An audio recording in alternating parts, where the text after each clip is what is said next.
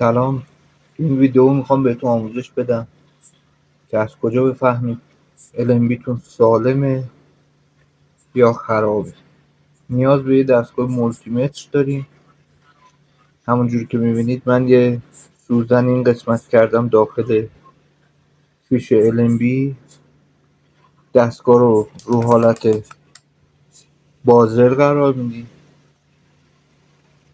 پایه های پراپو یکی به قسمت بیرونی میزنیم، یکی به سیمی که داخل داریم. همونجور که میبینید یه اوهم بهمون نشون میده یا بوق میزنه دستگاه. این نشون میده که LNB مون سالم.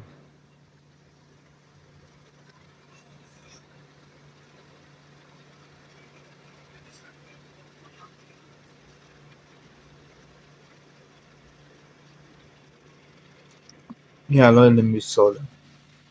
اگر که خراب باشه کلا باز نشون میده، یعنی اینجا یک نشون میده یا لو نشون میده و ال دیگه نشونه باز شدن مدار، یعنی اتصالی وجود نداره.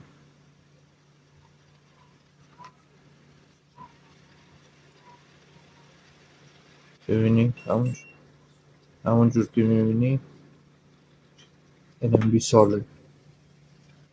عضو کانال من شین تا ترفندهای بیشتری خدمتتون یاد بدم.